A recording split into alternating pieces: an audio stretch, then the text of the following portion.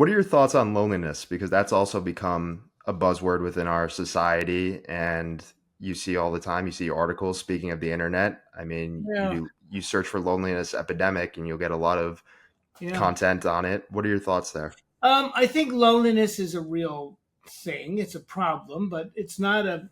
It may be overblown because we're living in virtual worlds now more than we used to. However, it depends very much on the people involved. I've been involved in four or five, no, maybe three or four. I may be exaggerating. Internet studies now, but some internet studies with a lot of really interesting data.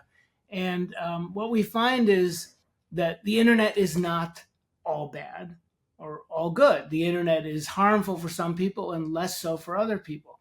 And even when we talk about the internet or social media, there are a range of different ways you can interact with the internet. There's entertainment, there is violence, there is pornography, there is social media, there are educational things online, there's news. So there's a whole range of these things, and each one of these things has an educational versus a violent or a prurient content.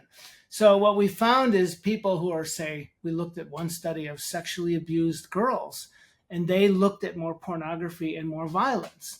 And that was really that to unhealthy levels, right? But then if we look at other groups, we find that social media is associated with, say, depressed people. But then there are lots and lots of healthy people who are looking at the internet also and not having any of these problems. So it depends on the amount that people use it, and it depends on what they look at. And so, it really varies. And I think there's a lot of good on the internet. And even in terms of loneliness, and a number of people have said this. I've seen this in published papers of people talking about the social capital of the internet. That people will, connect with other people in ways that are not possible in person. My son is a good example. My son spends hours and hours on the internet. And of course, as his parent, both my wife and I were very concerned. And he was developing these friendships on the internet. And a knee-jerk reaction we had was, well, those aren't really friends. It turns out they are. And these internet friends on the internet, these friends on the internet lead to actual interactions in real life, and incredibly powerful, supportive interactions.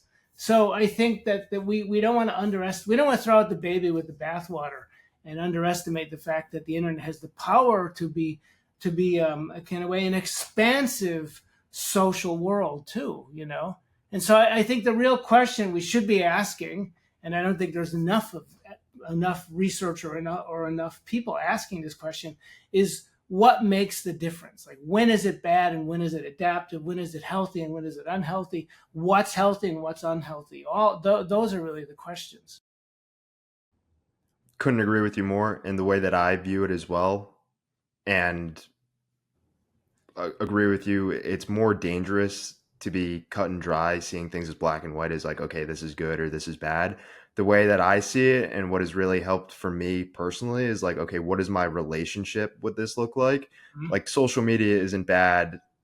It's the relationship with social media that you have that can be good or bad. And I explain that to people. I'm like, just because McDonald's exists, does that mean just food in general is bad? It's like, no, it's your relationship with food. And I'm the same way when it comes to podcasting or a lot of different things.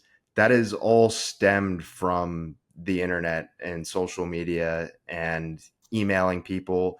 And that's because I'm like, okay, I've developed a good relationship in that sense with these tools. Yes. Whereas in the past, it's like, okay, I am consuming too much bad content. And that was a large reason why I wanted to create a podcast, actually. I was like, this is a medium and this is something that I can do that can allow my relationship with media, the internet, whatever it is, evolve in a good way.